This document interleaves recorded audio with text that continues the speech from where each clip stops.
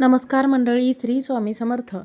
2026मध्ये नागपंचमी आणि पहिला श्रावणी सोमवार हे दोन्ही सण योगायोगाने एकाच दिवशी म्हणजे 17 ऑगस्ट 2026 या दिवशी आलेले आहेत. हा एक अत्यंत दुर्मिळ आणि पवित्र महासंयोग मानला जातो, कारण या दिवशी शिवांसह नागदेवतेची पूजा एकाच दिवशी करता येणार आहे.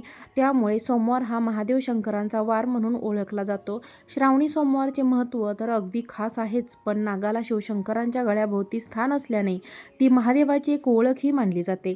तर या दिवशी अनेक योगायोग जुळून आल्याने नागपंचमीचे महत्त्वसुद्धा आणखीनच वाढले आहे. तर आजच्या या व्हिडिओमध्ये आपण श्रावण सोमवार आणि नागपंचमी हे दोन्ही सण एकाच दिवशी आल्यामुळे कोणती कामे करावीत, तसेच यंदा नागपंचमीच्या दिवशी तर श्रावणी सोमवार आलेला आहे. मग हा भावाचा उपवास कसा सोडायचा, कधी सोडायचा, जेणेकरून श्रावणी सोमवारचा उपवास पण आपला मोडला नाही पाहिजे, किंवा स्त्रियांनी कोणत्या चुका करू नयेत. तसेच श्रावण सोमवार असल्यामुळे आरोग्यप्राप्ती, धनधान्य, पुत्रप्राप्ती, संकट निवारण, सौभाग्य वृद्धीसाठी सोमवारच्या दिवशी काय करावे हे सुद्धा मी तुम्हाला आजच्या व्हिडिओमध्ये सांगणार आहे. तर हा व्हिडिओ स्किप न करता शेवटपर्यंत नक्की पहा. बघा, श्रावणातील पहिला सण हा नागपंचमी असतो. नागपंचमी हा सण श्रावण महिन्यातील शुक्ल पक्षाच्या 5व्या दिवशी साजरा केला जातो. बऱ्याच ठिकाणी भावाचा उपवास हा नागपंचमीच्या दिवशी केला जातो, पण बऱ्याच भागांमध्ये नागपंचमीच्या आदल्या दिवशी हा भावाचा उपवास धरला जातो आणि तो नागपंचमीच्या दिवशी सोडला जातो. तर बघा मैत्रिणींनो, नागपंचमीला नागाच्या पूजेला विशेष महत्त्व आहे. या दिवशी नागपंचमीला नागाची पूजा केल्याने जीवनातील अनेक समस्या दूर होतात आणि सर्व इच्छा देखील पूर्ण होतात, अशी देखील मान्यता आहे. तर नागपंचमीचा सण हा पहिल्या श्रावणी सोमवारी येत असून या दिवशी महादेवांसोबतच नागाचे देखील पूजन केले जाणार आहे.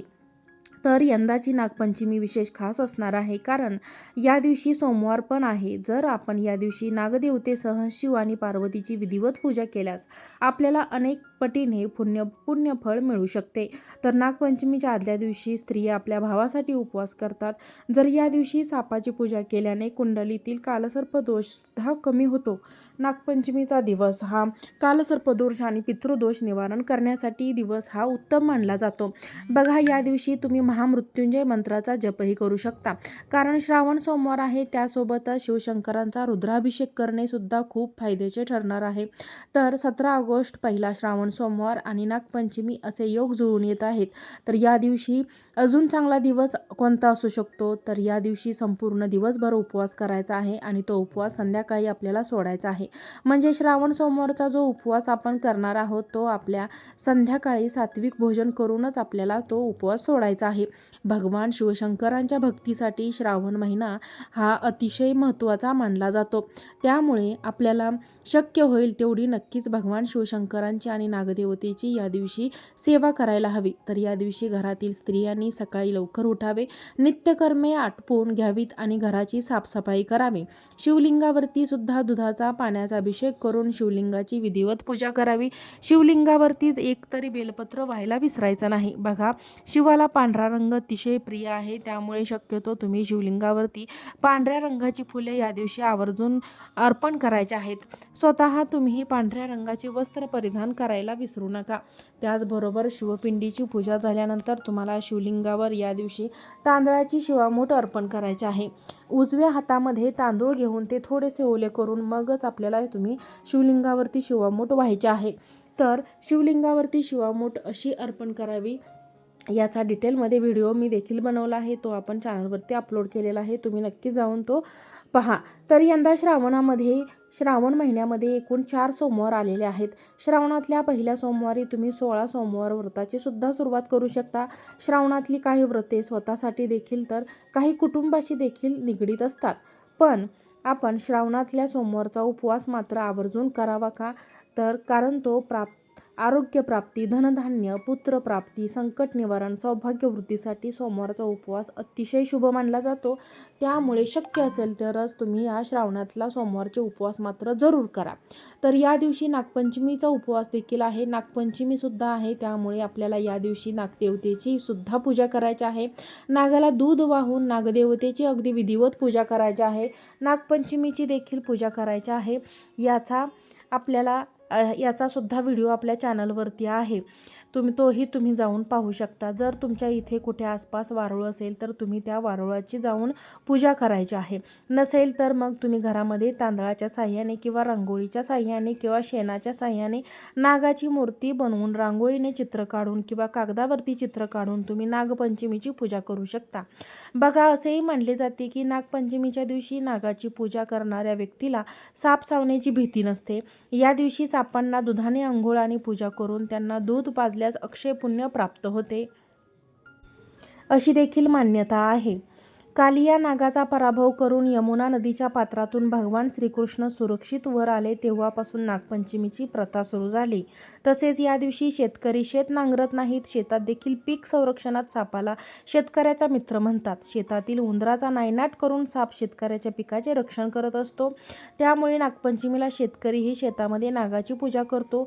या दिवशी नववधू माहेरी येतात, झिम्मा फुगड्या खेळतात, झाडाला झोके खेळतात। सर्व या गोष्टी करून स्त्रिया हा सण आनंदाने साजरा करतात। तर नागपंचमीच्या दिवशी ज्या काही आपल्या दैनंदिन गोष्टी आहेत तर त्या सुद्धा आवर्जून केल्या जात नाहीत।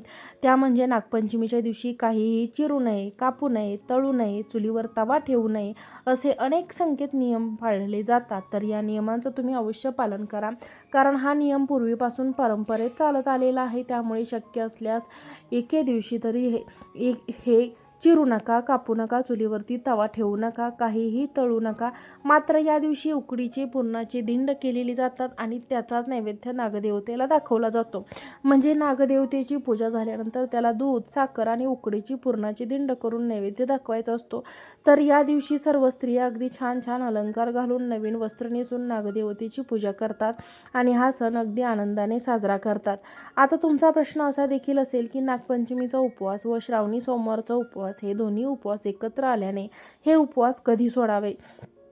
तर बघा, तुमच्या घरातील जी मंडळी पूर्वीपासून 2 उपवास एकत्र आल्यानंतर ज्या पद्धतीने सोडतात त्या पद्धतीनेच तुम्ही हा उपवास करा व त्या पद्धतीनेच हा उपवास तुम्ही सोडा।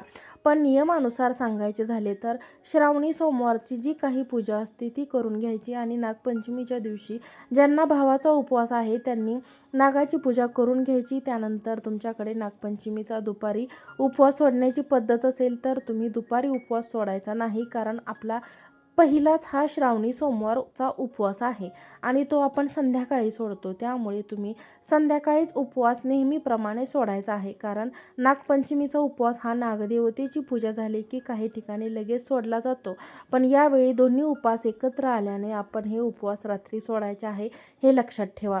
अशा प्रकारे आपल्यालाच एकाच दिवशी दोन्ही देवतांची म्हणजे श्रावण सोमवार म्हणून भगवान शिवशंकरांची आणि नागपंचमी आहे म्हणून नागदेवतेची, अशा दोन्ही देवतांची सेवा करायची आहे, पूजा करायची आहे। याने आनंद मिळणार आहे। त्यामुळे या दिवशी तुम्ही भगवान शिवशंकरांची तर अवश्य पूजा कराच। त्याचबरोबर नागदेवतेची पूजा करून नागदेवतेचा मंत्र म्हणा आणि छान पद्धतीने नागपंचमीचा सण साजरा करा। तर आजचा हा व्हिडिओ इथे संपतो।